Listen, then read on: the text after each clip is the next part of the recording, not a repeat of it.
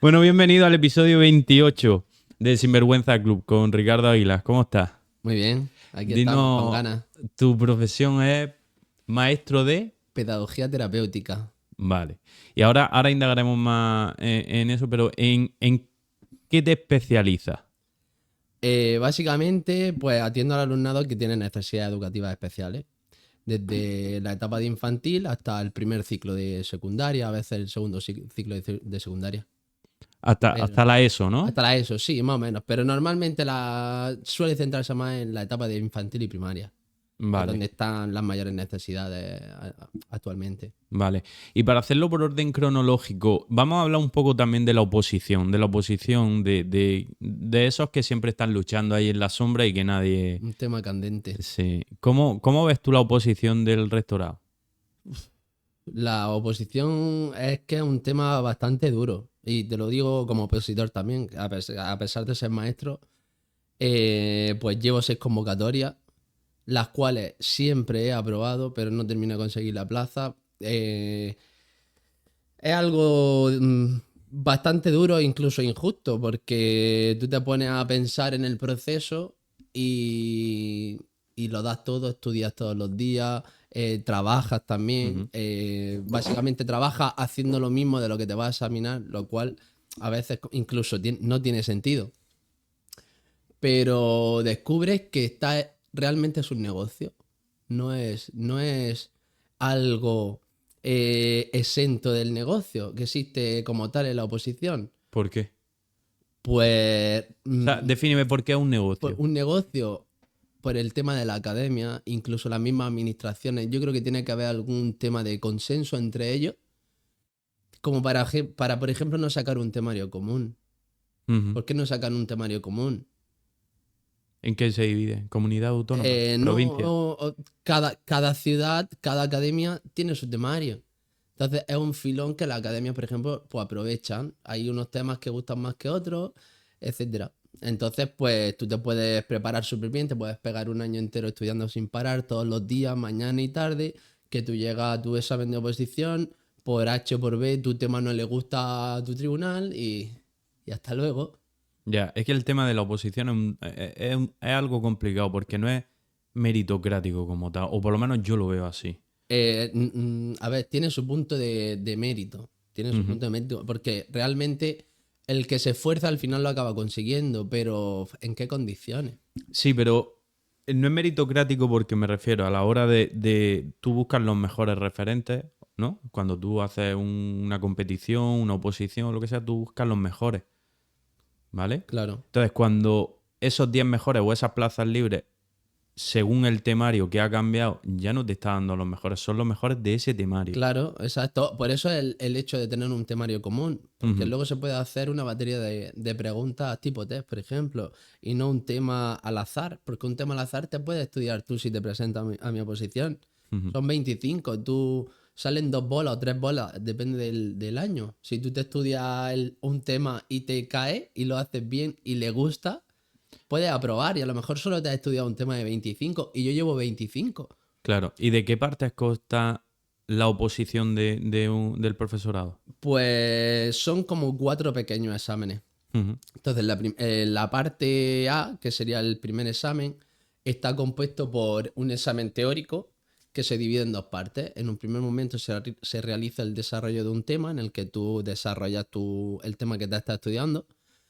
Y luego la parte B de esa primera parte está compuesta por el desarrollo de un caso práctico, en el que te ponen varias casuísticas de alumnos con necesidades educativas especiales y tienes que desarrollar una respuesta educativa. Pues te Ujú. dicen un niño con discapacidad intelectual o un niño con trastorno por déficit de atención, ¿cómo actuaría usted en este centro, en estas condiciones, con estos recursos? Desarrolla una respuesta. Pues esa sería la primera parte. Luego, si apruebas la primera parte, porque normalmente siempre es eliminatorio. Si tú suspendes la primera parte, no tienes acceso a la segunda. Y la segunda parte está compuesta por una programación que tú defiendes durante media hora. Y dentro de esa programación se supone que tú tienes 12 unidades didácticas, la cual una de ellas te toca al azar y la defiendes también durante media hora, haciendo pues una exposición delante de 5 personas que van anotando por los distintos ítems que tú tienes que cumplir y a la vez pues haciendo tu uso de la pizarra, escribiendo y explicando pues cómo vas a trabajar con esos niños. Vale. Y una vez que pasas toda esa fase de prueba y eres aprobado, ¿cómo te forman para ese trabajo en concreto? Porque al final tú no eres un profesor al uso, sino vas a dedicarle tu tiempo a personas que requieren más de ti, por decirlo de alguna manera, ¿no? Básicamente una atención individualizada, sí. Bueno, básicamente un 1-1 prácticamente.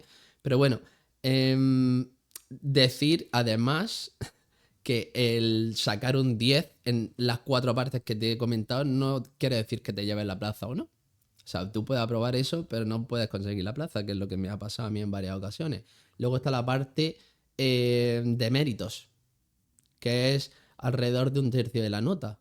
O sea, tú si sacas un 10 en las 4 partes anteriores, tendrías un 7. Los otros 3 puntos te los dan los méritos. O sea, hay gente incluso que saca un 5 o un 6 con sus méritos, te quita la plaza, básicamente. Ujú. Entonces, se supone que cuando tú apruebas y vas a un centro educativo, te das cuenta de que prácticamente lo que has hecho en la universidad no sirve para nada. ¿Y entonces crees que el método está obsoleto? El método es verdad que te enseña cosas muy prácticas, sobre todo pedagogía, cómo tratar a los niños, cómo trabajar los momentos en las etapas evolutivas de cada uno de los niños. Y eso es muy bueno y es muy importante a la hora de tú trabajar con ellos, pero no te enseñan a hacer la función principal de un docente, que es pues una planificación, planificar cómo trabajar con el currículum que tenemos en Andalucía, Mm. cómo utilizar las leyes educativas que hay en España, cómo plantear una unidad didáctica, porque yo digo una unidad didáctica y tú dices, ¿eso qué es? A ti se te vienen pues, actividades y cosas así, pero es mucho más allá. Entonces, eso no te lo enseñan en la carrera. Todo eso te lo vas aprendiendo a lo largo de la preparación de las oposiciones. O sea, por eso a veces digo que es como un poco de negocio, ¿entiendes? Porque lo que no te ofrece la universidad, te lo está ofreciendo la formación de la academia, la oposición, que es la que luego realmente te enseña lo que tú vas a utilizar en tu práctica docente. Vale. O sea, que es como un paso previo, ¿no? O sea, necesitas la universidad, necesitas la academia y ya estaría tu formación realizada. O sea, tú apruebas la Eh, oposición y entras. no. A ver, tú entras a trabajar, pero un docente se tiene que actualizar constantemente. No puede estar un año sin hacer cursos de didáctica, no puede estar Ujú. un año sin hacer cursos de, pues lo que he dicho, de programación, cómo hacer unidades didácticas, cómo adaptarlas, y todo ese tipo de formación que un docente necesita. Porque Sí. no es solo estar en el aula y ya está. Es que el manejo del aula conlleva muchas cosas. Pues cómo llamar la atención de los niños, cómo hacer que ellos quieran hacer lo que tú estás planteándoles. Claro. Son muchas cosas que tú te tienes que formar y tienes que buscarte la vida en cierto sentido una vez que termina la carrera. Y dentro del profesorado hay alguna ayuda, como puede ser un psicólogo o algo así que os ayude a expresaros de manera, por ejemplo, tiene una clase en la que hay varios niños que son rebeldes, que no prestan atención, casos complicados como puede ser el bullying del que luego hablaremos. ¿Tiene alguna figura? ¿Hay alguien que ayude a...? Pues realmente como tal no hay nadie. Sí es verdad que tenemos una herramienta que está en todos los centros, que es el orientador, Mm. que al igual que puede ayudar al alumnado, pues en ciertos momentos pues puedes sentarte y hablar con él. Pero no es una herramienta como tal. O sea, te puede dar X consejos, te puede enseñar algunas herramientas para manejar esos niños con comportamientos disruptivos y tal.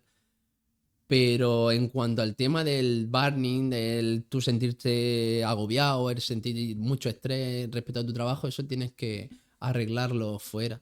No hay ni una figura que te digan, pues mira, ve al psicólogo de la Junta de Andalucía que te va a ayudar con esto. De momento yo creo que no lo hay. O sea, no te lo puedo decir tampoco a ciencia cierta. No lo necesito hasta ahora, espero no necesitarlo, pero creo que no existe esa figura. Bueno, y una vez tú entras y estás dentro de esa aula especial, ¿no? Por decirlo de alguna manera. ¿Cuántos alumnos tienes? ¿Cuántos alumnos llevas a cabo? Pues es que mi función se divide en distintas modalidades. Y os cuento un poquillo cómo son las Ejé. modalidades, ¿vale?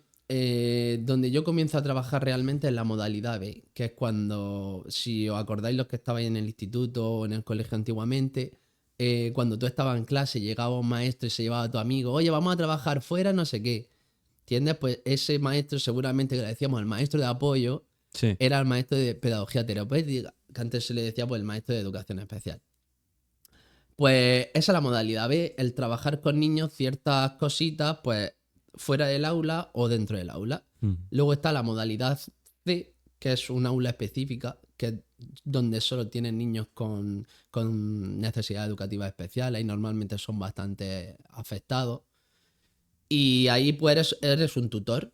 Es tu aula, tus niños y tú te encargas de su educación. Y luego estaría la modalidad de que es la menos conocida, que es el Centro Específico de Educación Especial, que es aquí en Almería está el Princesa Sofía, que todos los maestros básicamente son maestros de mi especialidad, son de pedagogía terapéutica, porque todas las aulas son aulas de educación especial. Una de conducta, otra de plurideficiencia, otra de alumnos de infantil con trastorno del espectro autista muy afectados. Entonces, los centros ordinarios, que es donde hemos estudiado nosotros toda la vida, infantil, primaria y secundaria, se suele dar la modalidad B o C. Entonces, respecto a la modalidad B, pues trabajas cositas normales, por un poco de refuerzo de la lectura, la escritura, programas específicos sobre algunas capacidades cognitivas, lectoescritura y poco más con los ¿Y, niños. y qué tan difícil puede llegar a ser ese aprendizaje, ese alumno, esa conexión alumno maestro o alumno profesor con ciertas discapacidades? Pues a veces resulta bastante frustrante, porque tú ves que te esfuerzas al 1000% y el niño o la niña, por sus circunstancias, por sus condiciones, pues no avanza, no aprende, y tú piensas, ¿seré buen maestro? ¿No seré buen maestro? Pero es que hay en ciertos momentos en los que tú tienes incluso que dejar tu función educativa aparte y es algo más asistencial. Sí, Es que el niño esté a gusto contigo, claro. que el niño te sonría, que si te quiere dar un abrazo, que tú estés disponible para que el niño te dé un abrazo, que ese niño tiene que pintar, que pinte. ¿Entiendes? Hay ciertas condiciones de alumnos con necesidades bastante graves que realmente no, incluso no van a aprender y cada día incluso van a ir hacia atrás. Lo que tú has enseñado un día, al día siguiente ni siquiera se acuerdan. Que no por eso tienes que dejar de hacerlo, pues tú tienes que hacerlo porque es tu función, pero que a veces tu función es más, pues eso, de darle cariño, de hablar con ellos, de interactuar con ellos. Entonces, depende de la situación, Vale. pero acercarte a ellos no resulta difícil y además ellos suelen ser bastante receptivos. Y, y- y qué diferentes pueden llegar a ser tus alumnos? Pues muchísimo, o sea, como el día y la noche. He tenido niños con Sí, discapacidad intelectual, he tenido niños con trastorno por déficit de atención, con esquizofrenia, las dos cosas a la vez. He tenido niños con discapacidad intelectual moderada que tenían crisis de epilepsia, de todo lo que te puedas imaginar. O sea, son distintos para todo. y esos perfiles de niños están más expuestos al bullying. En principio, sí. Y porque esto es un tema complicado, pero yo pienso que hay que darle también la visibilidad de esos tipos de niños que son tan complicados de llevar por maestros. No tan complicados, sino al final que necesitan su propia comprensión, ¿no? Y siempre tengo ese miedo de que el bullying le afecte más a ellos que a otros. Pues la verdad es que sí, le afecta bastante más. El simple hecho de que tú, por ejemplo, un día pues no quieras saludarlo, ellos lo toman muy a pecho y es Ujú. algo que o sea, que es insignificante a lo mejor, Pero sí es verdad que hoy en día la sociedad está mucho más conciencial en el tema de las necesidades educativas especiales, Mm. puesto que hay muchos niños que están naciendo con muchas discapacidades, o incluso la educación está teniendo más en cuenta sus necesidades. Entonces, como desde pequeños, desde la educación infantil, estos niños están dentro del aula, en primaria igual, siguen dentro del aula, salvo, como he dicho antes, en casos muy excepcionales que están muy afectados, los que lo integran en un aula específica. Están acostumbrados a ello. Mm. Es verdad que siguen existiendo casos de bullying, pero el bullying más perjudicial ahora mismo para ese tipo de alumnado es el bullying online. El Mm. bullying online es el complicado para ellos. ¿Y hay algún protocolo que se realice con ella?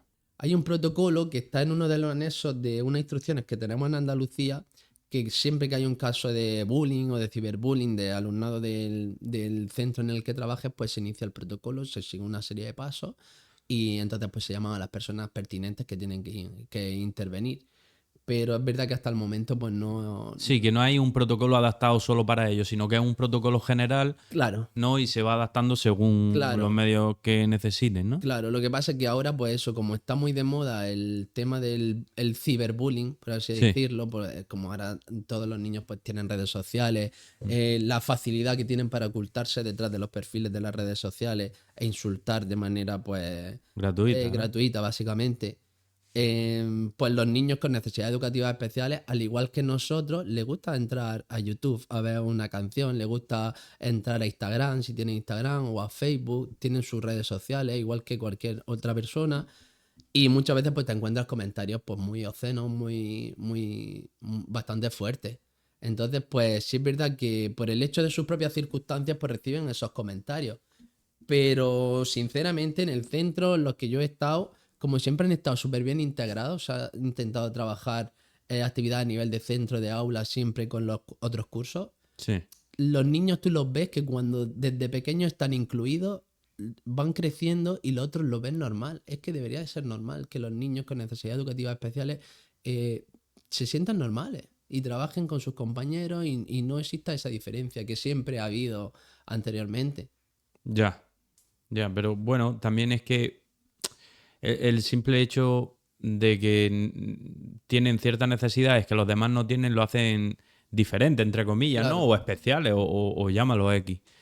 Pero bueno, al final en las redes sociales hay algún método para racionarlos con ellos, o sea, menos de X tiempo, o hay algún truco, algún parámetro que deban de seguir los padres o algo que Pues les pueda ayudar. es control, sobre todo es control parental. Ten en cuenta que los niños con necesidades educativas especiales, aunque tú los veas que son muy mayores, 19 20 años, su capacidad intelectual o su edad mental, por así decirlo, Sí. suele ser mucho más pequeña. Entonces, son niños con cuerpos de hombres y mujeres. Entonces, los padres son los encargados realmente de ejercer esa función. Nosotros podemos darle herramientas, pero lo que pase fuera del centro, nosotros realmente no lo Ujú. controlamos, no podemos controlarlo. ¿Y el desarrollo de un niño con las redes sociales? Pues ese es otro tema, otro tema que me tiene muy candente, Ujú. porque cada vez más vas andando por la calle, ves niños de 1 año, 2 años, 3 años que van en los carros con los móviles, con las tablets, todo el día con la televisión puesta. Y ya se están poniendo de manifiesto muchos estudios Ujú. de que la exposición continua pues a las nuevas tecnologías, por así decirlo, incluyo pues móviles, tablets, redes sociales, etcétera, está provocando problemas de maduración en los niños a edades tempranas. Y los centros de atención temprana están hasta la bola, están a tope. Y se retraso madurativo, por decirlo de alguna Retraso manera. madurativo, problemas de visión, trastorno por déficit de atención debido a las cantidades de horas que pasan expuestos a la luz azul, a la cantidad de estímulos que ven. Sus cerebros todavía no son maduros, no están preparados para ver esa cantidad de estímulos. Sí, aparte, no sé si has visto a más de un niño que de verdad consuma demasiadas redes sociales, ya sea YouTube o llámalo la que sea, pero no sé si te das cuenta que el movimiento de la mano es como automático, ven un minuto, pasan, ven un minuto, pasan. Claro. Es como que le pierden la atención a lo que están viendo o como que, o sea, pasan a otro tema automáticamente. Sí, Y luego otra cosa es como que lo absorbe.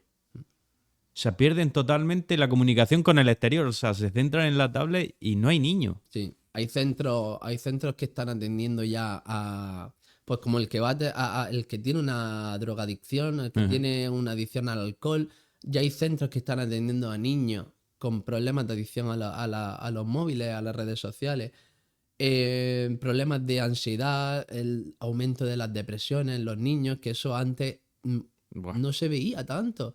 Eh, la cantidad incluso de suicidios que estamos viendo, que es que vemos muchísimos suicidios por las televisiones, por la y todo eso es por las redes sociales, o sea, por el compararse unos con otros, por no gestionar bien las emociones, porque son inmaduros, están expuestos a muchas cosas que no tienen que ver, y en los niños igual. Es que en los niños pasa lo mismo. Tú imagínate, los niños pequeños tienen que saber aburrirse y no saben aburrirse hoy en día, no saben. Como tú dices, un minuto y me paso, un minuto y paso, y un minuto es mucho, porque los vídeos de TikTok están preparados para 30 segundos, por ejemplo. Claro. Entonces, su tiempo de atención son 30 segundos. ¿Por qué te crees que ahora la industria del cine se está dirigiendo hacia las series y no hacia películas? ¿Por qué ahora salen series todos los días? Todos los días, todos los días, porque la duración de los capítulos son 25, 30 minutos máximo. El cine está evolucionando por eso. Sí, la verdad que hay un cambio generacional. Yo me comparo con nosotros que siempre estábamos en la calle, que si jugando al fútbol, que saltando, corriendo, cogías un carro de cualquier centro comercial, te tirabas por una cuesta y las plazas están Y desiertas. eras feliz básicamente con tu pelota, con tus 4 amigos en la calle, eras feliz. Y ahora no, ahora los niños quedan los 5 sentados en un banco, los 5 con un móvil. Ujú. No juegan a pelota, no juegan, yo qué sé, no sé, la típica Game Boy que teníamos, que nos sentábamos en los trancos y jugábamos a la Game Boy un ratillo, venía tu madre, te decía, vamos a merendar, y luego te iba a jugar a la plazoleta con una pelota. Eso ya no se hace. ¿Y crees que hay alguna herramienta didáctica que los saque de ese bucle? Pues es que ese es otro gran problema que estamos teniendo ahora mismo en la educación. Y es que estamos dirigiendo la educación hacia la tecnología como tal. Entonces, ¿qué pasa? Estamos introduciendo la tecnología en la clase, que tiene sus puntos buenos, porque los niños, pues, han nacido en la edad de la tecnología, del internet. Entonces, ¿tienen que conocerlo? Sí. Pero tienes que enfocar toda su educación en base a. No. Hay centros que están dejando de utilizar libros y libretas para escribir y escriben en procesadores de texto. O sea, los niños no saben escribir hoy en día. Muchos de ellos cometen millones de faltas de ortografía porque no escriben. A veces, yo tengo niños en primero o segundo de la ESO que no saben ni hacer la pinza, cómo coger un lápiz de manera adecuada. Que eso es muy fuerte. O sea, niños de 12, 13, incluso de 14 años. ¿Y cómo le afecta a su vida cotidiana? El no saber leer o escribir o... Claro, o sea, tú imagínate ese niño de segundo de la ESO, ¿vale?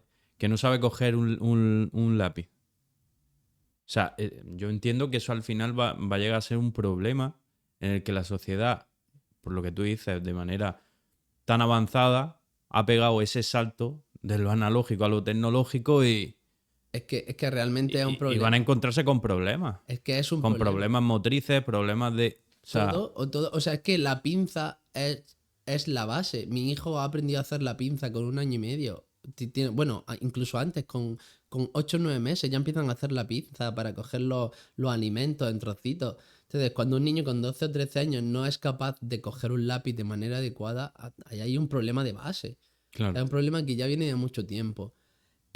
Fíjate cómo estamos, que en España va a remolque de otros países Sí. a nivel europeo.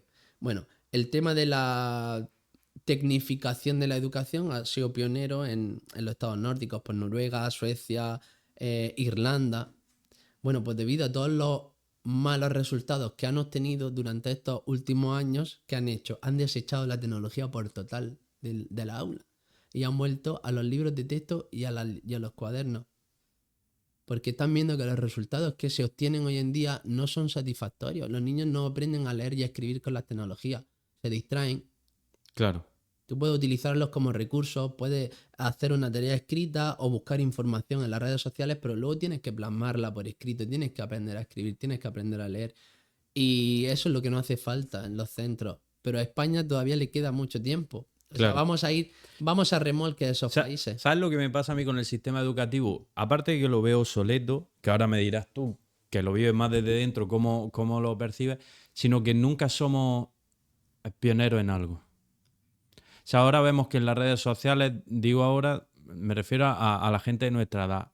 A nosotros nadie nos ha enseñado lo que era un IRPF, un IVA, una declaración de la renta. Nadie nos lo ha enseñado. Yo creo que eso hay cierto. No hay cierto. Es que yo pienso que es más importante enseñarle a un niño que esté en cuarto de la ESO lo que significa, lo que le van a cobrar, las deducciones, etcétera, que enseñarle a lo mejor, no lo sé, la tabla periódica, todos los elementos. Pues la verdad es que tienes razón. O sea, es que está un poco obsoleto. Tú ten en cuenta que el sistema de educación no ha cambiado desde hace cientos de años. Tú piensas, la educación de hace cientos de años era un hombre o una mujer, mayoritariamente hombres antiguamente, ahora hay 80-20, mujeres más o menos, un Sí. 80%, 20% de hombres. 80-20. Sí, más o menos, 80-20, a lo mejor en primaria, en secundaria un poquito más, un 60-40, un 70-30. Siempre ha sido un hombre o mujer y una clase sentada y todo ha sido como muy oral. Y si tú vives actualmente, sigues viendo eso en la aula. O sea, la educación ha evolucionado muy poco, por así decirlo, en la forma de impartirla.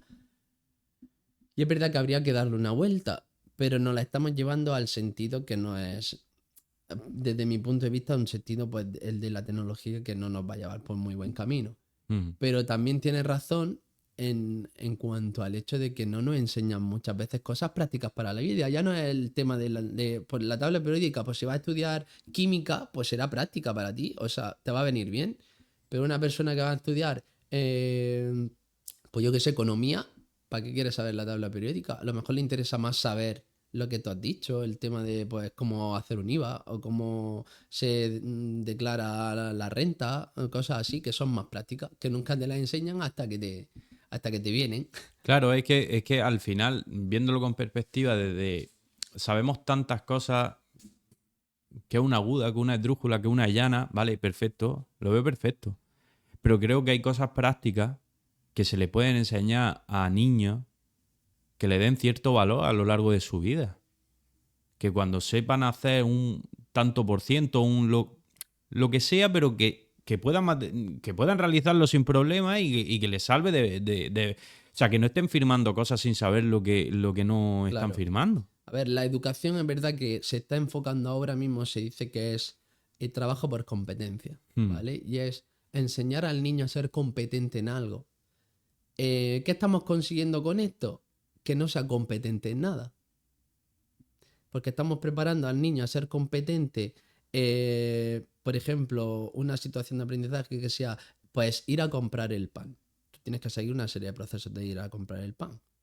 Pues tu madre te da dinero, tú coges ese dinero, vas a una tienda, pides tu pan, pagas con ese dinero, te dan tu vuelta, tendrás que mirar la vuelta si es correcta o no es correcta. Ahí, pues tienes varios procesos. Vale, muy bien.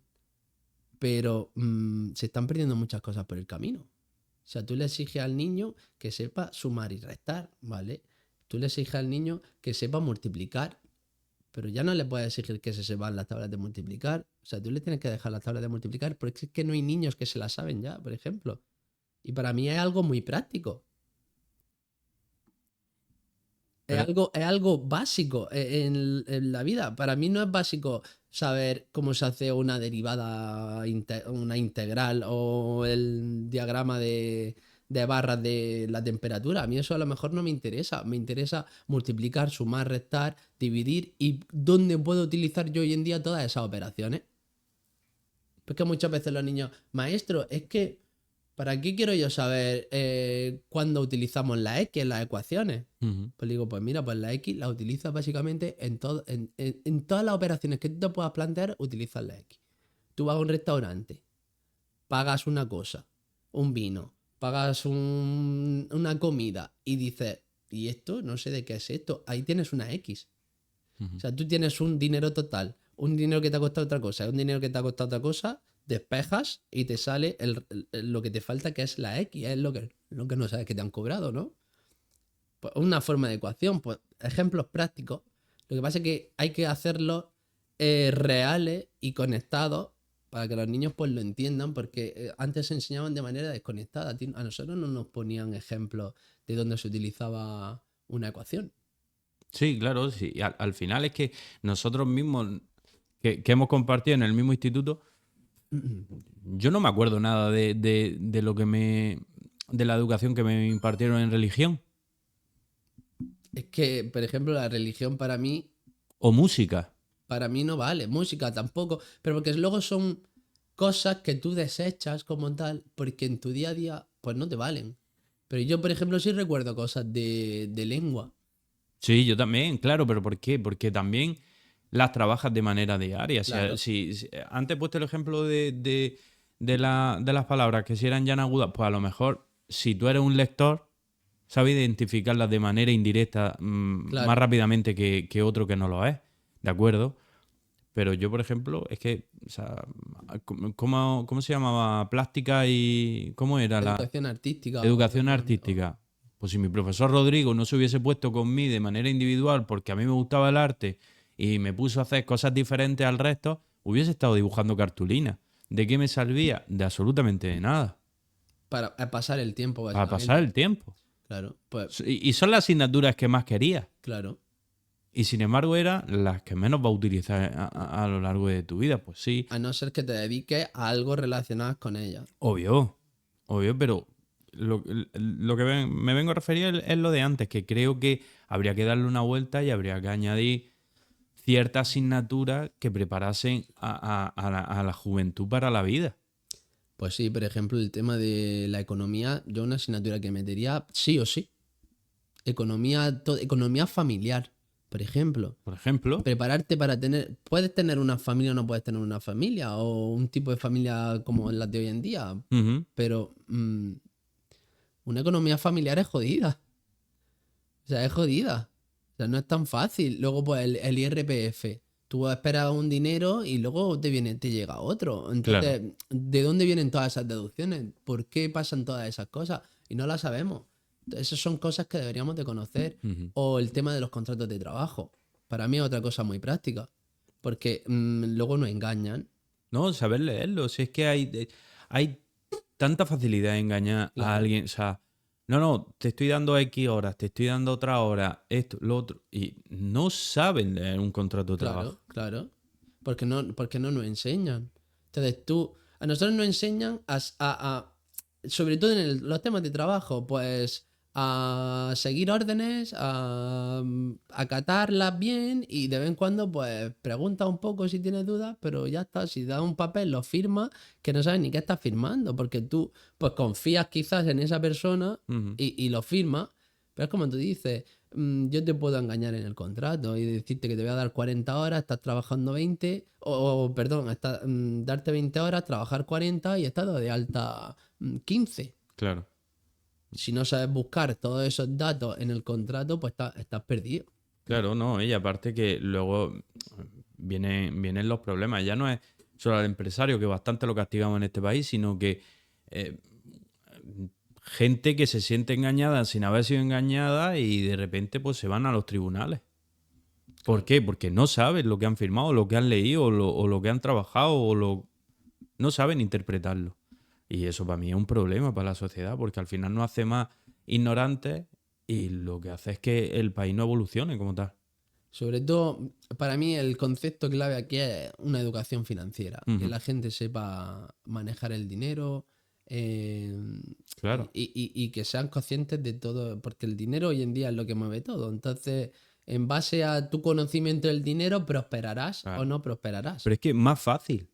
Es que yo recuerdo perfectamente cómo venía un policía local a darte Educación vial. educación vial, a darte ciertos parámetros a seguir. Y yo decía, si es que tenemos 14 años. Claro. Si es que lo único que me puedes decir es que pase por un paso de peatones o no pase.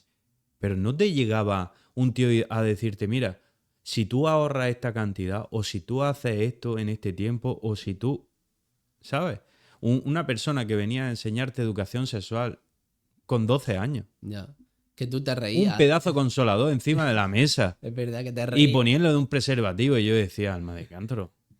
Ahora lo ves y lo ves de... O sea, en el momento te hace gracia. Y en el momento lo único que piensas es que has perdido la hora. Esa hora que no querías dar. Porque a mí personalmente el colegio era como un sufrimiento. Sí. ¿Vale?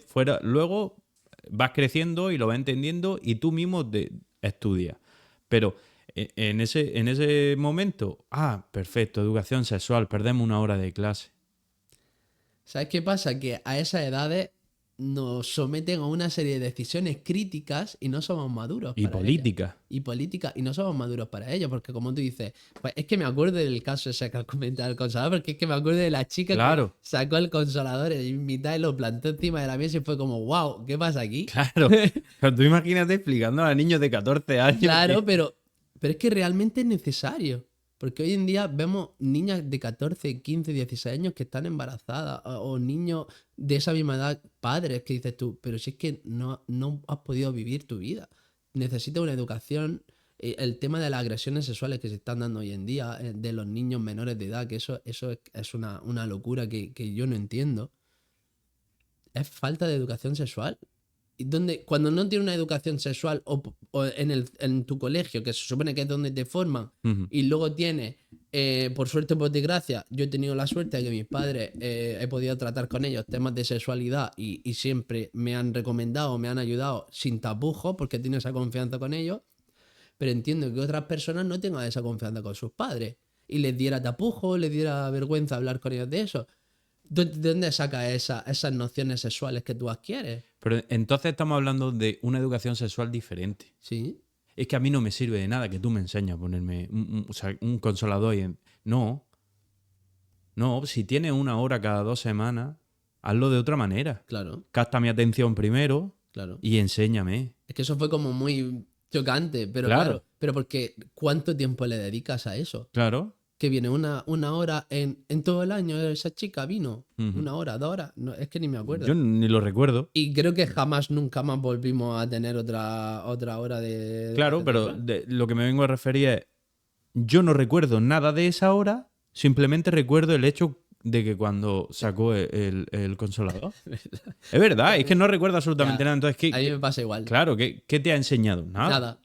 Nada, claro. Entonces, eso para mí, pues, es un problema tanto para la sociedad como tú dices, porque hay niños que... Pero ahí hay un 14, poco de 15 tema años. tabú, porque hay ciertas ramas de la sociedad que Ujú. aceptan que se enseñe educación sexual a los niños, pero hay otras que no. Entonces es algo complejo. Te refieres a algo cultural, ¿no?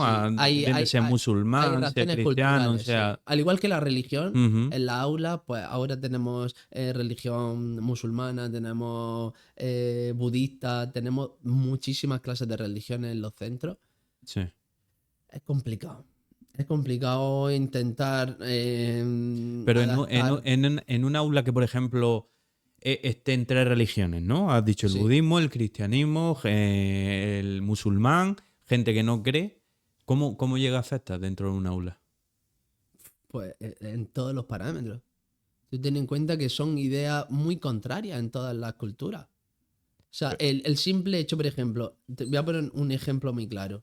Sí, El simple hecho, quizás, de ser hombre o mujer el que dirige la clase, sí. pues los niños se comportan de una forma, se comportan de otra. Ya. Es un ejemplo muy, muy claro que a lo mejor la gente dirá, hostia, tienes razón. Lo he visto. En los centros se da mucho, ¿eh? En los centros se da mucho esto. Pues que si hay un hombre o hay una mujer, los niños se porten de una forma distinta a otra. No digo, sobre todo donde hay mucha mezcla de cultura, ¿vale? Sí, sí, sí, En sí. otros centros, independientemente hombre o mujer, funciona todo perfectamente. Pero sobre todo donde hay mucha mezcla de cultura. Claro. Claro, sí, yo nunca me lo había planteado así, la verdad. Yo siempre pensaba desde el tema, o sea, desde la formación, o sea, si al final una fotosíntesis Claro. en musulmán, en cristiano, en Buda Pero ¿y la o Navidad? como sea. La Navidad, el hecho de la Navidad para ti es normal, Sí. pero los musulmanes no la celebran, a lo mejor, o no celebran, no la ven como nosotros. Mm, ¿Entiendes? Un judío no celebra la Navidad, es Hanukkah. El Día de los Muertos, nosotros celebramos el Día de los Muertos, Halloween. Los mexicanos, cuando yo estuve en Estados Unidos, por ejemplo, todos los niños iban del centro porque no celebraban ese día. O sea, de que cada cultura tiene unas raíces y es bastante complicado adaptar todo sí, sí, a, sí, a sí. la realidad del aula. Ya, Entonces tienes que hacerlo lo más laxo posible, lo más normalizado. ya. Entonces, pues bueno, si a un niño no le gusta esto, pues vamos a intentar evitarlo. Es verdad que muchas veces pues pierdes cosas bastante buenas por no herir sensibilidades, pero tienes que adaptarte. Claro. Bueno, al final los cambios conllevan eso, adaptación, o sea. Claro, si es que, a ver, España es un país multicultural Sí, y sí. al fin y al cabo nos estamos adaptando. Ya, por ejemplo, la legislación andaluza está reconocido el día de cuando termina el Ramadán. Sí. En los centros se les da el día festivo a los Musulmanes, ¿no? musulmanes. Pueden faltar ese día justificado al centro porque es el fin de su fiesta, de su, Claro. fiesta por Es excelencia. su fiesta más importante. Claro, entonces pues tienen justificado ese día y lo veo correcto. Ujú. Lo veo correcto. Igual que nosotros tenemos nuestra Semana Santa, los que son creyentes, pues ellos tienen sus fechas, tienen sus días y igualmente pues se reconocen. Claro. Y a la hora de tratar un problema con ese alumno, ¿hay diferencia también a la hora de tratar con los padres según la cultura? Hay bastante, sobre todo es la forma de contactar con ellos, ¿vale? Porque, a ver, pues un niño musulmán, pues depende. Si los padres llevan muchos años aquí, que ya dominan la lengua y pueden hablar con ellos, pues normalmente se implican mucho en la educación Ah, vale, te entiendo, de, ya, de ya. su hijo. Ya te Pero entiendo. es muy difícil acercarte muchas veces a ellos, porque quizá en ocasiones incluso no se le da la importancia en esas culturas a la educación que le damos nosotros los europeos. Ujú. ¿Entiendes? Como que nosotros entendemos que la educación es la base de todo nuestro desarrollo, por así decirlo, y es súper importante. Y hay muchas culturas pues, que no entienden eso como tal. Entonces, pues a veces tienes negativa a padres directamente de hablar contigo o es difícil cambiar su forma de pensar con respecto a la educación. Pero bueno, en condiciones normales tú haces lo que tú tienes que hacer, comunicarte con ellos, intentarlo, que no puedes, pues no puedes hacer otra cosa. Tú lo intentas, ya está. Es que es lo único que puedes hacer. Mm, vale. Y volviendo un poco al tema bullying, ¿vale? Que es un tema que me interesa y del que quiero hablar. Hay el protocolo que se hace, hemos dicho, que es tanto para niños con diversidad, Sí, con necesidades con educativas. necesidades especiales o para el niño normal, es el mismo. Sí, Pero ¿hay algún protocolo para el que lo hace? para el que lo hace. Para el acosador. A ver, pues, el acosador con sus correspondientes sanciones, Ujú. ¿vale? Pues se pone en consideración de los padres. El centro establece una serie de medidas. Una vez que se inicia el protocolo de bullying, pues eso es que llega incluso a delegación. Sí, Se ven muchos factores, muchas personas implicadas, pues inspectores, directores del centro, profesorado. Entonces se intenta abordar en un primer momento, pues se intenta abordar a nivel de centro, ¿vale? sí. Entonces, si pasa a mayores, pues ya habría que tomar otro tipo de medidas, pues a lo mejor incluso expulsar al alumno o incluso trasladarlo a otro centro, como muchas veces se ve. Muchas veces se ve en televisión pues que los niños se trasladan de centro por el hecho de hacer bullying o sufrir bullying. Ahí es donde quería llegar. Porque siempre, o sea, por lo menos mm, ahora un poco menos, pero quizá en nuestra generación el que lo sufría encima era el que se iba Sí, exacto. del centro. O Se sea, suele dar... encima que Sí. estoy siendo abusado, que no encuentro la ayuda pertinente Encima me tengo que ir yo por el hecho de dejar de sufrir, ¿no? Sí, se suele seguir dando eso, en el que la víctima se va del centro. Suele seguir pasando. Pero es verdad que ahora, hoy en día, la educación tiene muchas herramientas. Lo que pasa es que hay que actuar en los momentos oportunos, hay que seguir todo el protocolo y hay que hacer las cosas bien. O sea, si tú tienes indicios de que un niño te está diciendo que le está pasando esto, lo primero es hacerle caso sí o sí. Ujú. ¿Vale? Entonces tú averiguas si es verdad o no. Si no es verdad, pues bueno, lo tienes ahí un poco en el radar, pero tú no puedes hacer oídos sordos. Si un niño te está diciendo que le está Claro. pasando esto, tú tienes que dar por hecho de que le está pasando. Mm. ¿Vale? Entonces, ¿qué pasa cuando el tema del bullying que provoca los suicidios? Siempre suele ser la misma causa. Pues que no se ha escuchado al niño, que lo ha reiterado muchas veces, que no se ha realizado el protocolo de manera adecuada, que él me dijo esto o ella me dijo esto, pero pensé que era mentira. No, nosotros tenemos que pensar siempre que es verdad. Y en función de eso, entonces actuamos. Que averiguamos toda la información y nos damos cuenta de que es mentira, pues bueno. Pero nosotros hemos seguido todos los pasos necesarios. Claro. Que es verdad, pues seguimos para adelante. Ujú. Lo importante ahí es la seguridad del niño, porque es que está habiendo muchos casos de bullying, de ciberbullying, y muchos de ellos acaban en suicidio. Y es que es impensable que pase eso en los centros educativos. ¿Y qué avances has detectado tú de un tiempo atrás hasta ahora? En cuanto a centro o en cuanto a nivel... Pues es que ya hay una maquinaria en los centros desde bien pequeños que está intrínseca ya en los contenidos que vamos aprendiendo. El Mm. tema de la emocionalidad, la regulación emocional, del bullying se trabaja ya desde pequeño, el compartir, el estar juntos, el no agredir, todo eso se trabaja ya desde muy pequeño. El tema del respeto a las diferencias, que es lo que te he dicho antes, de estar el niño con necesidades educativas especiales dentro del aula con sus compañeros. Todo eso al fin y al cabo lo que pretende es hacer esto, Mm. reducir las situaciones que se dan de bullying. Porque cuando tú sometes a los niños a esas diferentes casuísticas en el aula, al final las llegan a ver normales de Sí. que están con un niño con discapacidad, de que un niño pues está más gordito, un niño es más flaquito, un niño es más alto, más bajo, etcétera, que casos de bullying se dan por Sí, 200 sí. millones de cosas, Sí, ¿entiendes? totalmente. Y entonces ya desde pequeño se está trabajando en eso, sobre todo en educación emocional, regulación de las emociones, en el tema de la empatía, desde muy pequeño. Claro, es que eso es una cosa de las que me pasa a mí y sobre todo en casos de bullying cuando le pasa a niños que tienen discapacidades. A mí me da especial coraje no por el hecho de que sean niños especiales, sino eh, por la falta de empatía de la persona que lo hace. O sea, el hecho de que tú veas a un niño, una persona mal, indefensa, o sea, a mí no me genera agresividad, a mí al revés, me genera como ganas de protegerlo A mí me pasa igual. y de cuidarlo. Entonces, no llego al punto de entender al acosador, pero ¿hay algún patrón que sigan ese tipo de niños? ¿Sufran maltrato en las casas o algo así? Normalmente, a ver, no siempre ocurre, pero es cierto que normalmente los niños acosadores como tal Ujú. están envueltos en una serie de casuísticas, pues en una casa un poco desestructurada, Sí, padres, madres separados, que no tienen buena relación, que no viven con los padres porque los padres están en la cárcel o los abandonaron de pequeño. Es que hay tantas situaciones distintas, pero siempre suele haber una relación de que el niño no ha tenido una infancia como se supone que tiene que tener feliz, un niño ¿no? feliz, Sí, que siempre hay una casuística, o sea, siempre hay algo que es un detonante o que el niño ha sufrido bullying y llega un momento en el que él es el que se convierte en el acosador, por así sí, decirlo. sí. ¿Entiendes?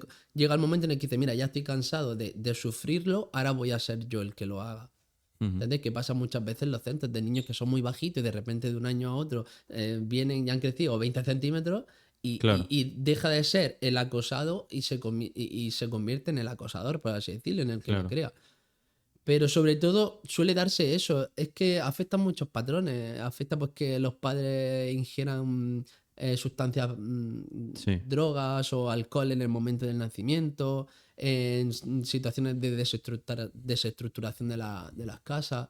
Son muchos factores, siempre, pero siempre hay algo en común.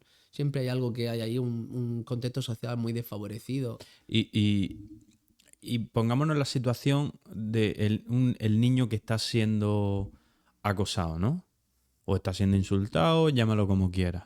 Pero el niño no se siente bien. ¿Hay algún parámetro que nosotros podamos seguir o alguna ayuda que nosotros le podamos ofrecer sin que él se sienta ayudado? O sea, no sé si me entiendes lo que te... Sí, creo que sé por dónde va. Lo primero es que el niño se encuentre reticente a pedirte ayuda.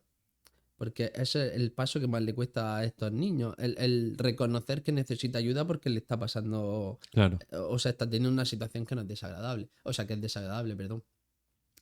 Entonces, en primer paso, si el niño no tiene confianza contigo como maestro, no te lo va a contar. No te lo va a contar, se lo contará a su amigo. Y los amigos, pues en función de la confianza también que tengan contigo o de lo grave que vean que es el problema, te lo dirán o no te lo dirán. Entonces, ¿qué forma tenemos de abordar esto? Pues sin que él se sienta a lo mejor que estamos hablando de él, introducir en ciertas dinámicas de la clase, pues situaciones de roleplay, pues temas de a lo mejor de bullying.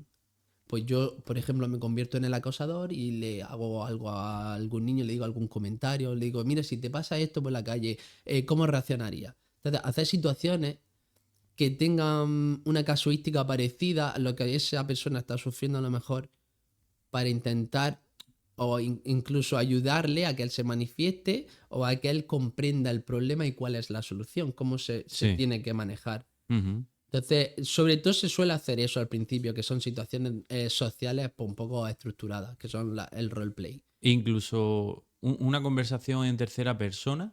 O sea, tú ponte que nosotros tenemos un hijo y ese hijo está sufriendo de bullying, ¿vale? Nosotros podemos tener una conversación como, oye, ¿sabes que el hijo de tal está...? Y él que lo escuche, pero de manera indirecta. O sea, que no está siendo parte de la conversación. Y Podría que él valer. un poco se abra también por ese camino. Claro, podría valer. Podría valer también. Hay incluso historias sociales, historias que son como cuentos, Ujú. que están dirigidos a eso, al bullying, y narran historias del bullying. Y es como si tú le cuentas un cuento a tu hijo, pero tú le estás hablando de eso. Y Claro, al fin y al cabo, pues si te está escuchando, pues dirá, anda, es que esto me está pasando a mí. claro, Voy a claro. ver, voy a hablar con mi padre, o voy a hablar con mi maestro, o voy a ver cómo puedo arreglar esto. Pero claro, tenemos que darle las herramientas.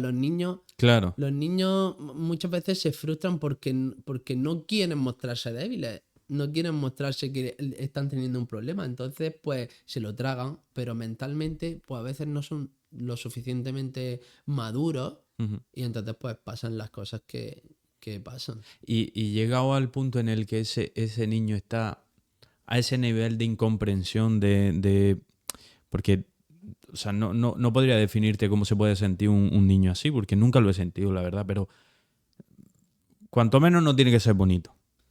Para Estás nada, en esa situación y llegado al punto de pensar lo peor, claro. como antes has dicho, que puede que muchas veces hasta por ciberbullying se pueden dar situaciones la peor que te puede llegar a dar. ¿Cómo se puede trabajar eso? Es que eso es complejo, es que eso ya llega un momento en el que deja de estar dentro de nuestra competencia. Sí, sí, Es pero decir, ya no te hablo como profesor, sino como psicólogo un poco, ¿sabes? Cómo se puede trabajar pues con tiene, psicólogos, claro, con... eso sobre todo con psicólogos que pues que le ayuden a ver que todo tiene solución, que lo que Ujú. no tiene solución es la idea que a lo mejor a él se le está pasando por la Claro, cabeza, ¿entiendes? Bueno, a él, digo, a hablo él en o ella, masculino, sí, a él o da ella. igual. Que lo único que no tiene solución es eso en lo que está pensando, que un problema tiene solución. Hay que buscar la forma de solucionarlo, pues hay que Ujú. darle herramientas, hay que darle una serie de herramientas y sobre todo es el tema el autoconcepto que el niño tenga de sí mismo, de la autoestima. Si el niño viene con una autoestima y un autoconcepto por los suelos, nosotros tenemos que ayudarlo a que ese niño al menos se vea a sí mismo de manera positiva. Porque el tema de la depresión conlleva todo eso, en el que Claro, todo entra en una espiral que tú ves que no vales, que no te sientes bien, como que no tienes ganas de hacer nada, es una espiral que te arrastra al final al fondo, pues eso es lo mismo. Pues ellos van al colegio con todas sus ganas de aprender, con ganas de estar con su amigo y se encuentran todos los días de manera reiterada con una situación que no es agradable. Claro. No es agradable. Entonces, pues llega un momento en el que su autoestima está por los suelos. Es decir, ¿por qué yo, que soy una buena persona, que vengo siempre feliz, que vengo con ganas de hacer cosas, me tiene que pasar a mí esto? Pues entonces hay que entrar a valorar todas esas cosas y a trabajar la fortaleza mental, a trabajar las cosas buenas que tiene, sus puntos fuertes, identificar incluso también sus debilidades para que el niño sepa cuáles son sus puntos más débiles, donde tiene que trabajar para que no encuentren esa debilidad en él. Sí, sí, totalmente. Bueno, y volviendo un poco a la reforma educativa, ¿vale? Bueno, ¿crees que realmente hay mejora en ella? ¿Ves mejora? Como te he dicho, cuando te he dicho antes lo de los contenidos de la educación emocional y todo eso, eso para mí, por ejemplo, es una mejora. Ujú. El tema de incluir la educación emocional en la aula. Sí, Lo veo importantísimo, que los niños entiendan que todos somos iguales, da igual el color de la piel, si estoy triste, si estoy feliz, que entiendan las emociones, que sepan gestionarlas. Eso es una mejora bastante importante. Además, últimamente se le está dando muchísima importancia en el tema de las oposiciones y tal. O sea, que tú pongas ejercicios de eso, de trabajo de la emocionalidad en los niños y tal.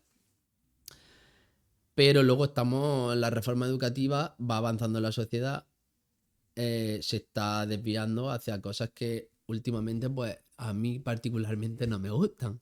Que es lo que he dicho antes, el tema del trabajo por competencia, que sí. los niños no están llegando a ser competentes en nada.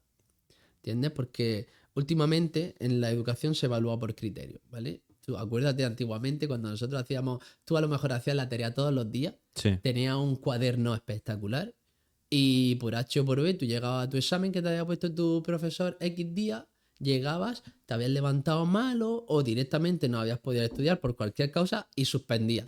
sí. ¿Qué nota te encontrabas tú al final de tu trimestre? El del examen. Un 4 Claro, tal cual. suspenso, ¿vale? Ahora no. Ahora la nota del cuaderno es si la tienes bien, pues te puedo poner un 10. Si te mandan una redacción a casa, te puedo poner un 10. Si sacan el examen un 0, tienes 2 10. Un 9 en una actividad que ha hecho en la clase, pues está aprobado. Porque el cuaderno vale lo mismo que la redacción que ha hecho en tu casa que el examen que tú haces en el centro. Lo cual, si te pones a pensar, dices, vale, valora otras cosas. Pero los niños, quizás le estamos quitando también a la educación ¿Y a los centros exigen un número de aprobados? un número como tal, no. Pero sí es verdad que si tienes 20 o 25 alumnos y tú tienes un índice de 12, 13, la mitad suspenso, puede ser que venga el inspector y te diga, oye, ¿qué pasa aquí? Hay que subirlo aprobado. Básicamente pueden decir que sí. En plan, pues cambia tu forma de evaluar para que estos niños que están raspadillos te levanten la nota. Pero hoy en día es muy difícil suspenderlos por esto que te estoy diciendo. Ya. Por el tema del examen. Yo tengo niños que están pasando a segundo, bueno, el año pasado, que estaban haciendo exámenes que sacaban un 0 o un 1. Y ellos con toda su jeta te decían, maestro, sí, pero es que en la redacción saqué un 10. En la tarea que me mandó para hacer a casa saqué un 9. O sea, las 3 cosas me dan aprobado. Claro, pero es que entonces no está fomentando el hecho del estudio ni el hecho de la superación. Nada, o sea, todo está eliminando todo ese proceso, el proceso un poco del trabajo de la memoria, de estar atento, del saber seleccionar qué es importante, qué no es importante, Concentración. la concentración, la frustración. La frustración, los niños de hoy en día no saben gestionar la frustración. No saben. O sea, un niño suspende, yo tengo niños en la ESO que han suspendido y no saben manejar esa frustración. Se ponen a llorar o incluso a patalear y dices tú, es que esto cuando yo estaba en el instituto no era normal. Un niño suspendía, pues bueno, suspendía, tenía la opción de volver a probar Claro. el siguiente trimestre. Que tampoco estaba bien que yo dependiera toda mi nota de un examen. Tampoco lo veo correcto. Bueno, pero al final tu capacidad de sufrimiento se veía afectada porque tú sabías que te la jugabas, que ya solo era la última oportunidad. Claro, Y tú sacrificabas tu verano claro. por irte a septiembre justo. Claro, tú te preparabas para ese examen. Y tú no querías perder tu clase ni tu amigo. Claro, claro. Entonces hacía eso. ¿Qué pasa? Pues que ahora, pues eso, directamente los niños te dicen, no, maestro, es que pues tengo un 5 aquí, un 6 aquí, un 7 aquí, el examen saca un 2, pero bueno, como me da aprobado, pues te he aprobado. Es que ellos ya te hacen hasta los cálculos. Que de tu vaya dominio tienen los niños de la evaluación. No, pero es que eso para mí es un problema. No sé si se llevó a cabo al final una reforma que decían que, no sé a qué nivel, si era secundaria, si era bachillerato, si era universidad, que decían como que a partir de X momento iba a evaluarse a la clase como una persona, ¿no? O sea, tú sacas un 10, yo saco un 0, los dos tenemos un 5. Claro, pero ahí, o sea, ahí el mérito se perdía absolutamente. O sea, yo que soy el del 0, ¿para qué me voy a esforzar? Entonces, yo pienso que eso es más contraproducente O sea, que es verdad que el sistema para mí está mal. ¿Por qué? Porque toda la vida nos enseñan a ser los mejores de manera individual. Pero luego cuando tú vas a la realidad, tú cuando entras en una empresa, tú nunca estás solo. Claro, es un trabajo, es Es colectivo. conjunto, claro. Entonces, que sí, yo creo que había que trabajar diferentes capacidades a la hora de trabajar de manera conjunta, totalmente de acuerdo, pero también no perder el hecho de querer ser el mejor en algo. Claro. Pero ahí entraban los típicos trabajos que hacíamos, que nos ponían en pareja o en grupos, que tenías que hacer un mural o que tienes que hacer una exposición sobre un tema. Eso es un trabajo conjunto. Claro. Pero luego no quita tampoco ese factor individual. Todo en la vida tiene un factor individual en ocasiones. O sea, tú trabajas dentro de una empresa, que es un conjunto, pero tú tienes tu función dentro de esa empresa como individuo, Claro. como tal. Claro. Que tu individualidad sea una parte de un proceso no quita Ujú. que no se tenga en consideración. ¿Entiendes? Porque a lo mejor si la parte del proceso que tú realizas no se realiza, la del conjunto no se termina. Claro. Sí, no, y de hecho, y muchas veces pasaba.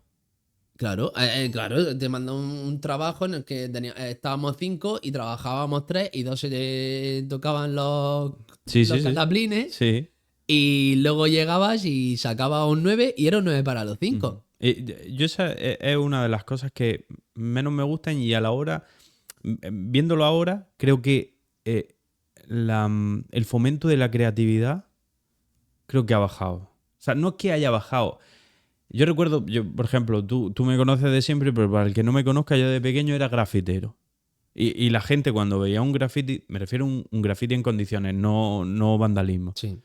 Yo cuando veía un graffiti, yo sabía diferenciar de quién era simplemente por el estilo de letra que tenía. Y para mí era arte puro, y lo sigue siendo. Pero yo en los niños de hoy en día, o sea, te tiene que gustar mucho la música, pero en la clase no te van a enseñar música. Coño, es que, perdón, pero viendo ahora cómo está, por ejemplo, la música, ¿no? Que todo el mundo con un ordenador pueda hacer música. ¿Por qué no se habla con esa gente y se le enseña a producir un beat? A modular o moderar un autotune, a las diferentes ramas nuevas, que no solo existe el pop, el reggaetón y... Pero porque te pone a pensarlo y se está perdiendo el talento, por así decirlo.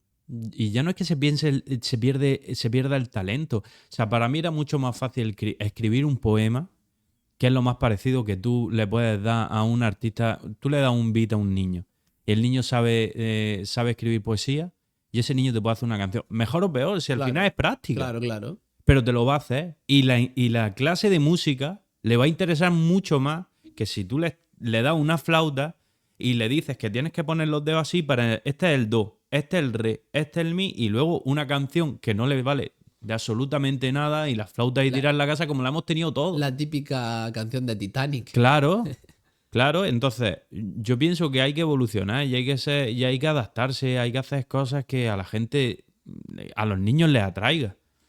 Vale, ¿de qué te vale servir una cartulina? O sea, ¿de qué te vale dibujar una cartulina? Nada, ¿qué te gusta? ¿Cuál es el arte que te gusta? ¿El realismo? Vale. Pues llévatelo por ahí, enséñale lo que es el realismo, enséñale a dibujar realismo, los parámetros que debe de seguir. No, es que si no llegas al bachillerato de artes no te lo enseña. No lo vas a Cojones, ver, y, claro. y los años que he perdido Claro. yendo a educación plástica, ¿a qué?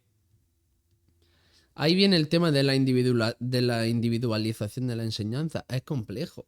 Muy complejo. Tenemos 25 alumnos. Claro, es muy complejo. Una ratio súper elevada. Entonces, Si tuviéramos menos, que es una de las demandas que se está haciendo ahora mucho desde el colectivo de los maestros y eso, que nos reduzcan las ratios, porque hay clases con 25. Yo el año pasado tenía 8 líneas. Tenía desde primero A hasta primero H. H. H.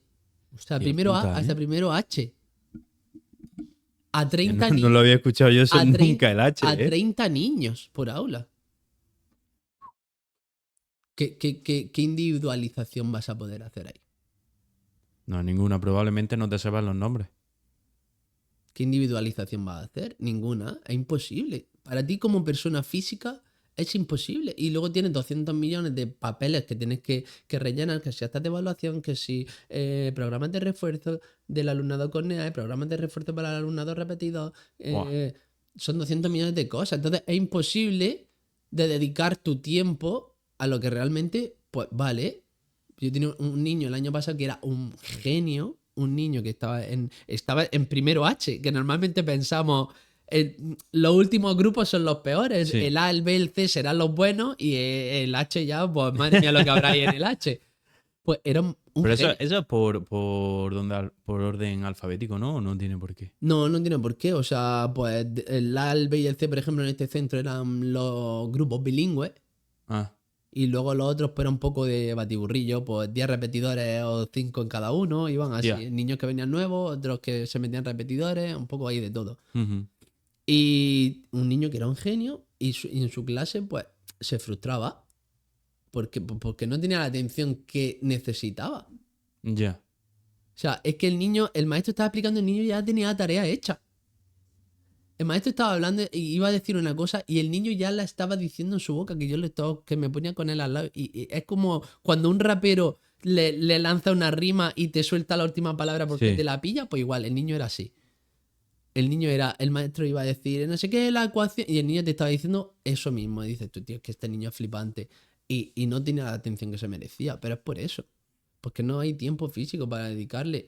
Que los maestros toda la gente, es que qué buena vida tenéis los maestros. Claro, tú me ves que yo estoy en el colegio de 9 a 2, Sí. pero en mi casa yo luego hago cosas. Yo, ¿dónde corrijo los exámenes de los niños cuando se hacen? ¿Dónde preparo las clases del día siguiente? ¿Dónde hago los papeleos? Si de 9 a 2 estoy dando clases. Claro, es como decirle, o sea, es el trabajo que se ve. Luego hay Claro. un trabajo por detrás, ¿no? Claro, y luego es que tenéis un verano que es una locura. Pues seguramente lo voy a decir y mucha gente no lo sepa. Julio tenemos que estar disponibles. ¿Para? Porque nosotros en julio se supone que seguimos trabajando, aunque estamos de vacaciones. Pero si a ti te llama la administración para hacer cualquier cosa, tú tienes que estar disponible. Sí. Nuestro mes realmente de vacaciones es agosto. Es más, tengo casos de compañeros que lo han llamado desde la administración. Oye, mira, que evaluación de esta alumna estaba mal, no sé qué, no sé cuánto, para poder ir a septiembre o cuando sea la siguiente evaluación, pues hay que hacer esto. Ya he tenido que ir en julio a rellenar la acta, hacer cosas. Porque es que tienes que estar disponible. Sí, es como vuestro mes de guardia, ¿no? Por así decirlo. decirlo. Es como el que está de guardia y está en su casa, pero si te llaman, pues tienes que ir. Pues nosotros igual.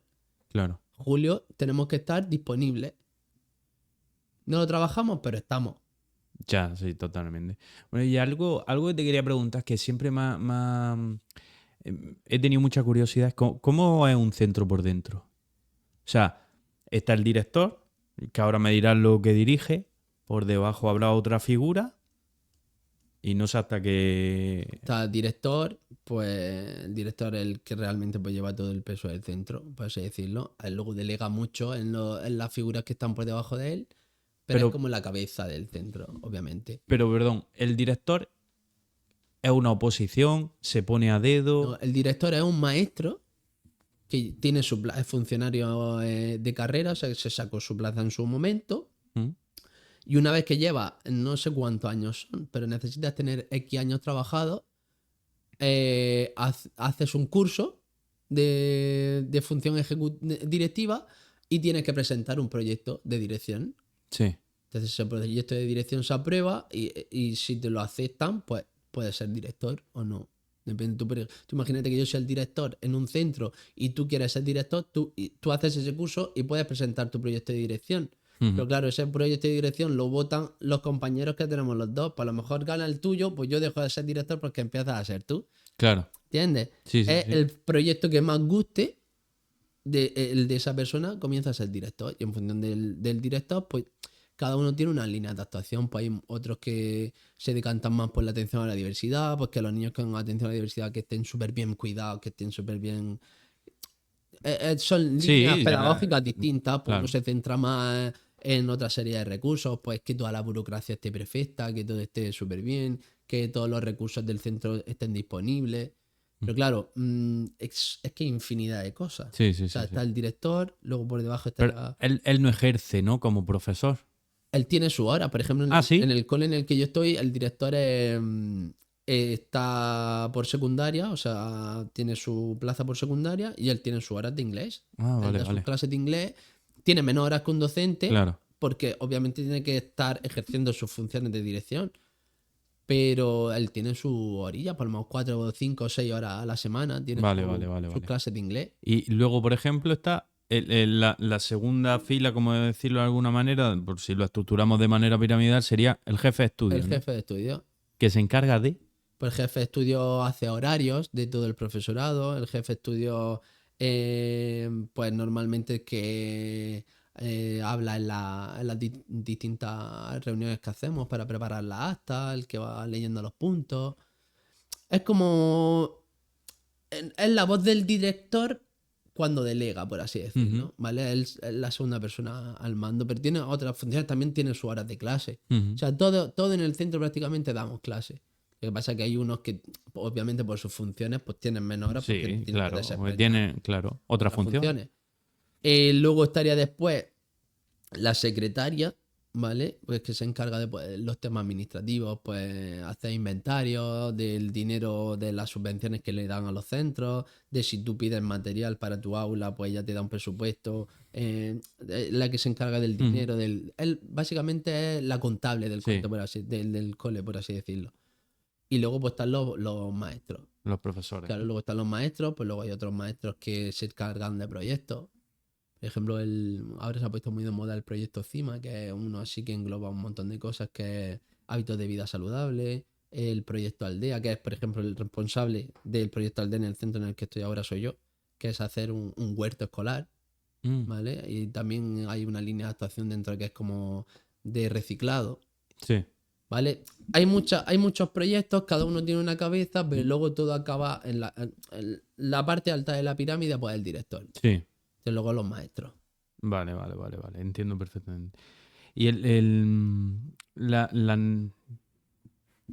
las necesidades que tenéis ahora mismo En los centros. en los centros y que esperas que se cubran en un tiempo corto o Pues, largo, bueno, que esperas que se cumplan, vaya.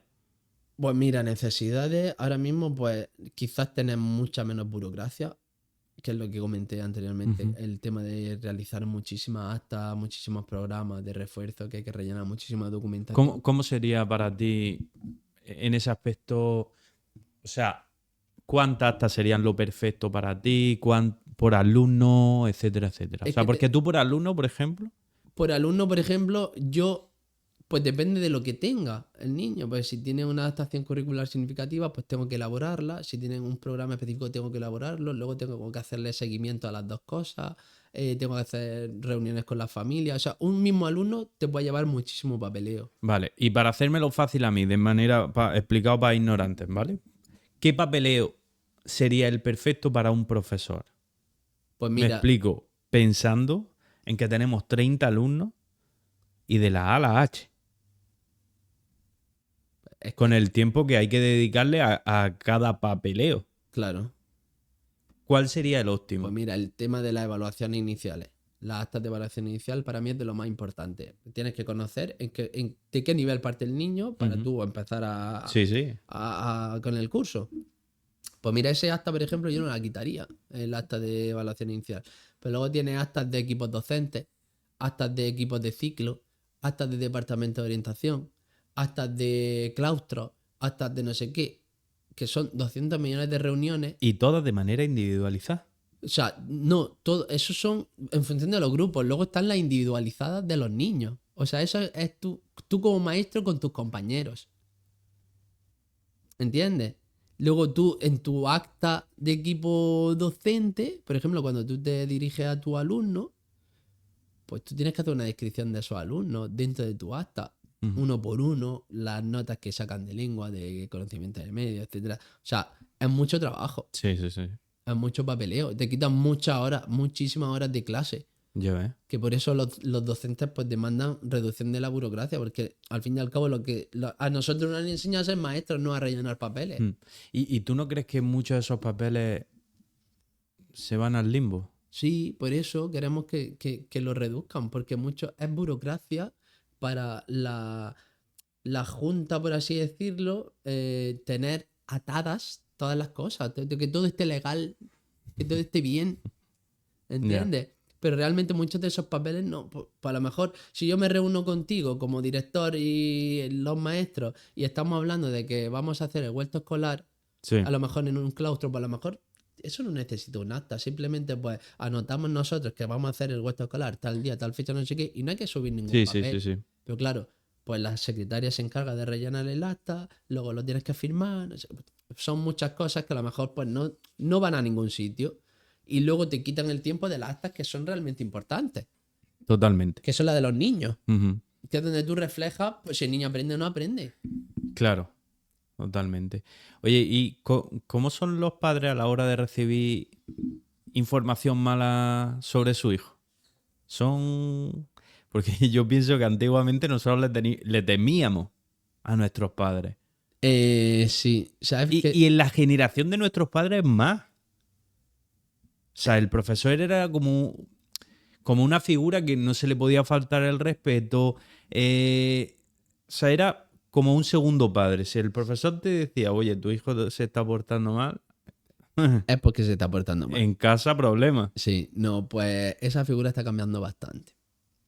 O sea, es verdad que hasta el momento yo no he tenido casos de padres que se hayan tomado a mal, que yo le haya dicho cosas negativas. También es que como docente, pues cuando hablas 4 o 5 veces con los padres, pues al final le vas cogiendo Ujú. el tranquillo. Entonces, a mí me gusta, por ejemplo, siempre empezar la reunión o sea, destacando o reseñando las cosas buenas que tiene el niño. Entonces Ya, ya como que lo predispongo ya. a que le voy a decir todo bueno, pero luego le digo algunas cosas que no son Sí, tan le buenas. dices la realidad, ¿no? Claro. Pero tú ya no has empezado en un primer momento a decirle, pues mira, tu niño es malo, tu niño se porta mal. No, pues a lo mejor dices, pues mira, el niño en lengua ha hecho una redacción súper bonita, no sé qué. Le dices 3 o 4 cosas súper buenas del niño, que realmente las tiene. Pero luego le dices, mira, tu hijo de comportamiento pues va fatal, le falta el respeto a los compañeros, no sé qué, no sé cuánto. Se lo intenta suavizar un poco. También Ujú. tiene que utilizar un lenguaje un poco Ya. comedido.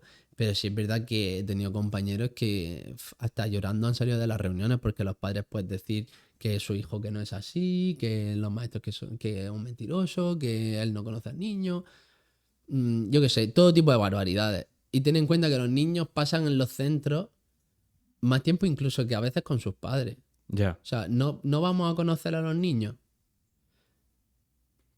Los conocemos bien. Lo que pasa es que vienen ciertos problemas de casa que se supone que nosotros que tenemos que hacer es hacer educar a esos niños, pero nosotros, la educación que impartimos en el centro, nada tiene que ver en ocasiones con lo que tiene que hacer Es una otro, familia paternal, como claro. así decirlo. Es otro tipo de educación. No, no, por lo menos lo que yo veo. Tú al final no puedes trabajar el compañerismo en una casa que solo tiene un hijo. Claro.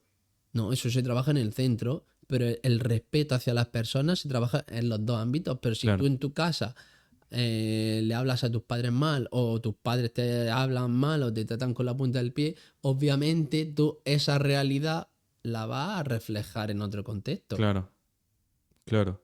Con tus compañeros, con tus profesores, Claro, con entonces, cualquier muchas persona. veces, ¿qué pasa? ¿Por qué se frustran los padres? Porque tú le estás diciendo cosas de su hijo y se frustran porque le estás remarcando su propia realidad. Ujú. O sea, porque muchas veces los fallos de los hijos son los fallos de los padres. Claro, Es que el niño me ha dicho esto. Y el padre a lo mejor se va diciendo, es que yo se lo dije ayer. a mi madre o a mi hermana o no sé qué, y el niño lo ha escuchado, entonces ha visto que esto es normal, Sí, sí.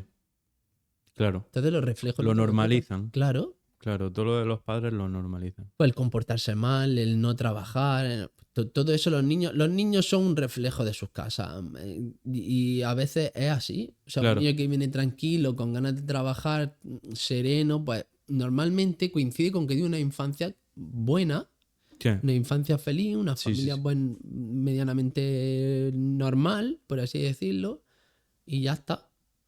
Totalmente.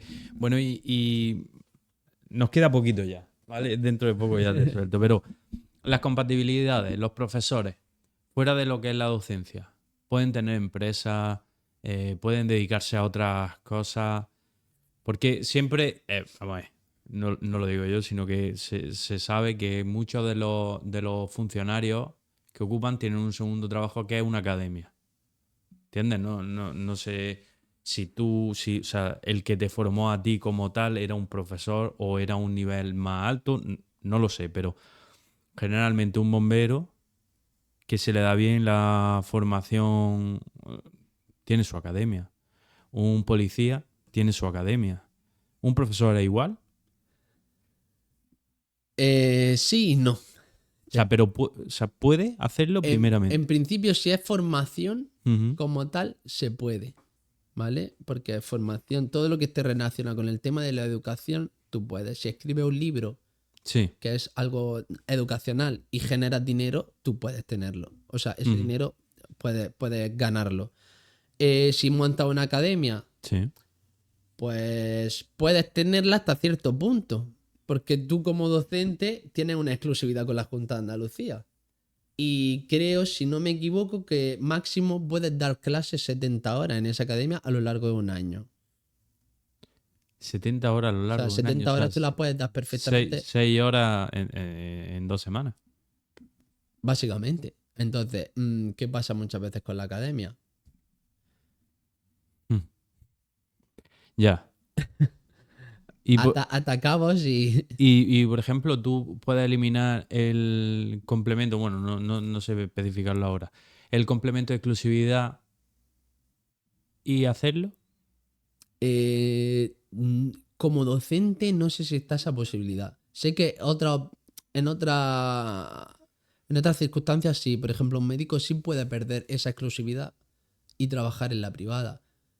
Pero porque, claro, lo que le reporta a la privada Claro, no. es infinitamente superior Claro. a lo que pierde con el complemento de exclusividad.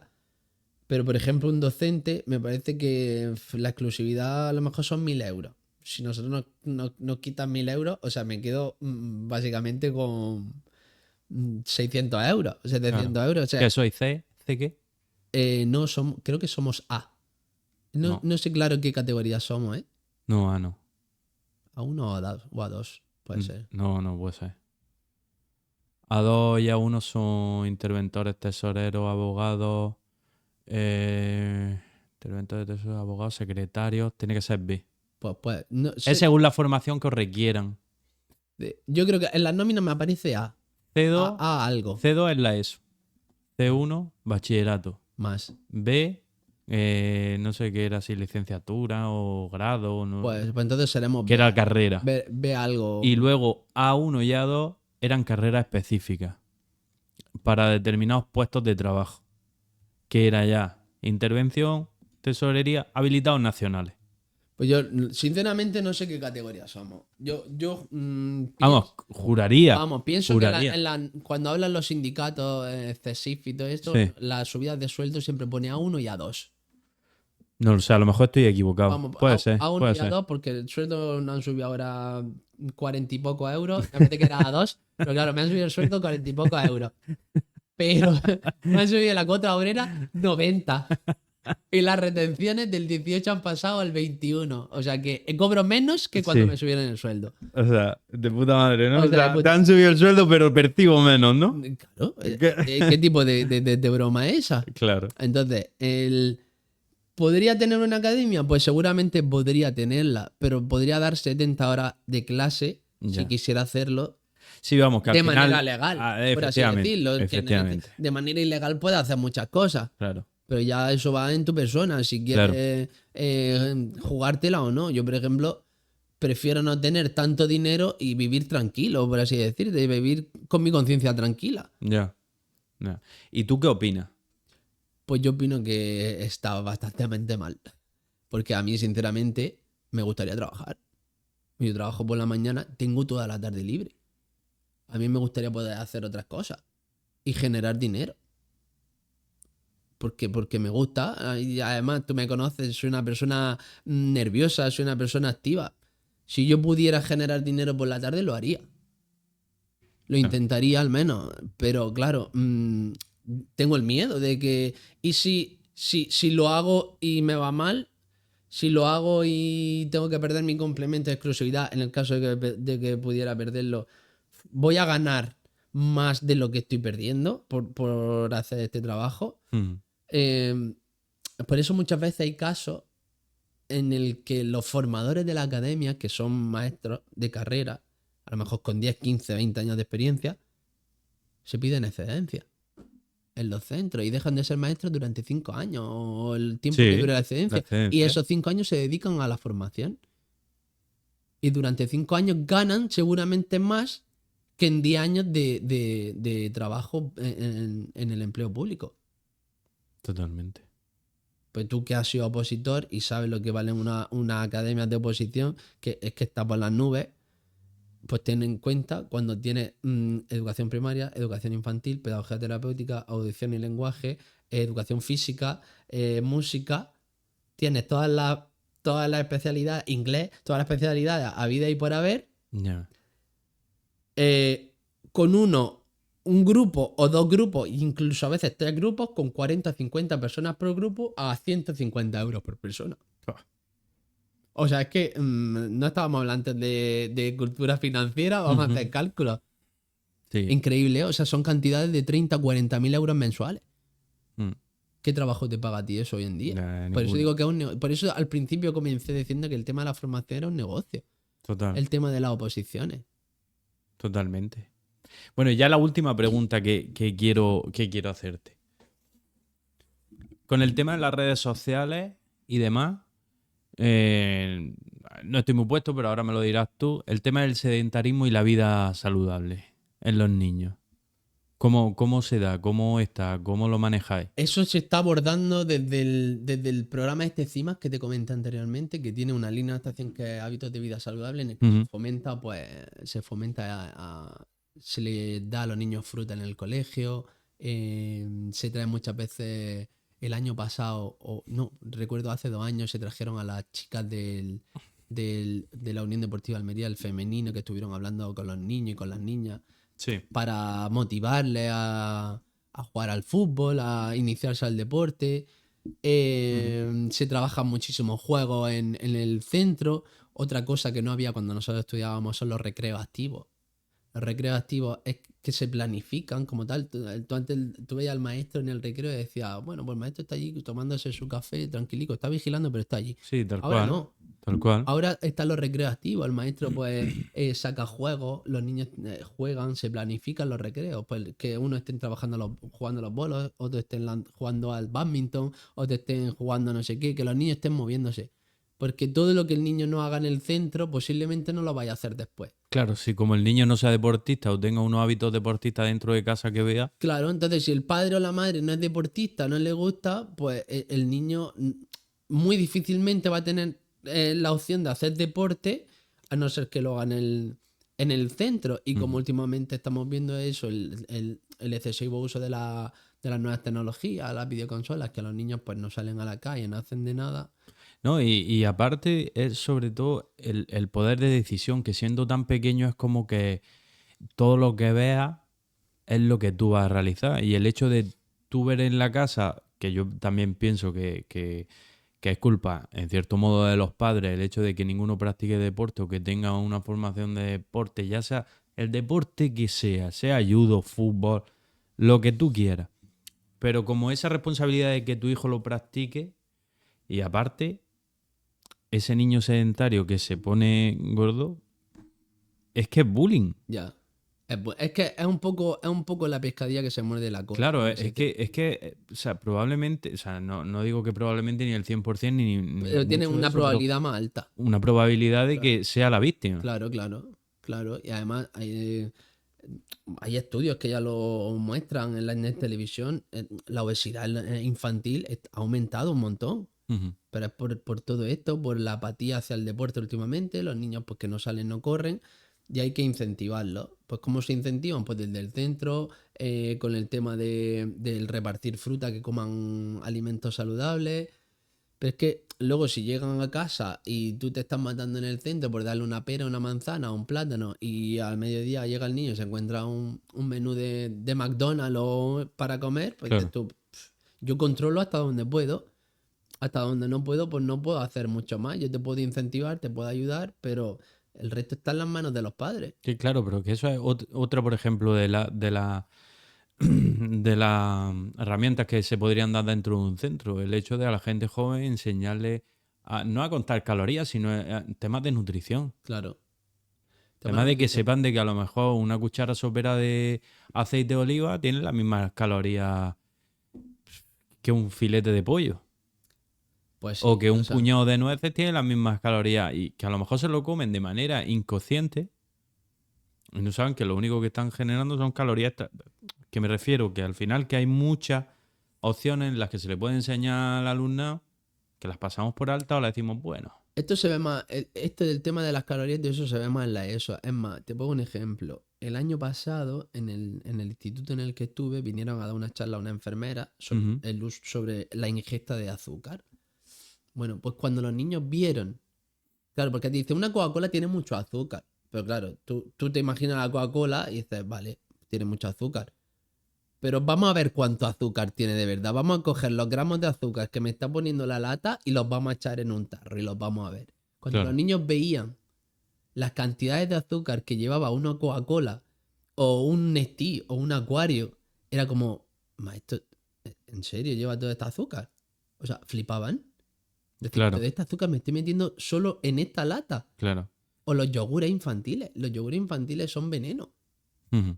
Esto del petit suisse que no han dado toda la vida es veneno. Veneno es azúcar por un tubo. Entonces, cuando tú analizas el azúcar que lleva, pues dices, es normal. Claro, pero si tú a un niño que ya es consciente, un niño de 14, 15, 16 años, tú eso se lo explicas, un adolescente, se lo explicas, lo entiende, con un trabajo previo. Yo pienso que, que es que, vamos, es que se debería enseñar también en la Claro, aula. claro que se debe enseñar nutrición para mí es importantísimo, y más en los tiempos de hoy, Claro, por el tema del sedentarismo, la mala alimentación, la gran expansión que están teniendo las cadenas de las comida cadenas de rápida, comida claro, rápida. Hay que introducir un poco de educación sí, alimentaria y todo sí, eso, sí, un sí, sí. poco, sobre todo, a discernir de que no está mal que te comas una hamburguesa, porque no todo el Sí, mundo sí, se come una obvio. hamburguesa del McDonald's o de alguna cadena de Ujú. comida rápida, no pasa nada, no pasa nada porque es normal, a todo el mundo le gusta comerse algo así, pero que no sea la norma, que Claro. sea la excepción. Entonces, yo por ejemplo con mi hijo, pues no sé si a lo mejor seré muy tasativo o seré muy impositivo, pero vamos, nosotros en casa comemos bien. Por norma, el niño, si ve que comemos cosas saludables, pues el niño va a comer cosas saludables. Es que no le va a quedar más Entonces, como remedio. yo no tengo en casa ni galletas ni cosas de esas, pues seguramente el niño me las pedirá. Pues seguramente, Claro. algún día, pero no me las va a pedir todos los días. Y yo se las daré como excepción, Ujú. pero no se las voy a dar todos los días. Claro. Como a mí me las daban de pequeño, porque mis padres no tenían ni idea. Pero bueno, pero ya Pero he ido creciendo. es lo que te digo, pero también tú de pequeño practicabas fútbol 7 de 7.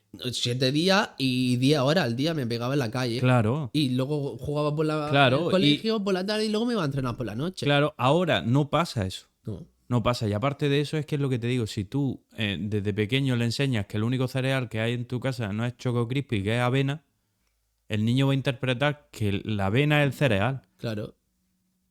Y Es más, punto. mi hijo esta mañana ha desayunado un porridge de avena sin ningún edulcorante, sin nada, leche, canela y avena y se lo ha comido entero. Y no lo ves que pone cara ni nada, porque él lo asocia a algo que él come normalmente. Claro. Entonces, como es algo que come, pues lo acepta. Sin embargo, hace poco le dimos un trozo de tarta cuando fuimos a echarle las fotos del año y le dieron arcada. Pues Decías claro. tú, como no está acostumbrado al dulce, pues su reacción fue esa, le salivaba y le daban arcada. Y decías tú, tío, pero si esto no, es una locura, ¿qué le pasa a este niño? Bueno, Ricardo, pues muchísimas gracias por compartir este rato con nosotros y hablar de estos temas que falta información mucha, ¿eh? Muchas, aquí podríamos tener varios podcasts. Bueno, pues preparamos el segundo cuando quieras. Capítulo 2 Muchas gracias. a ti.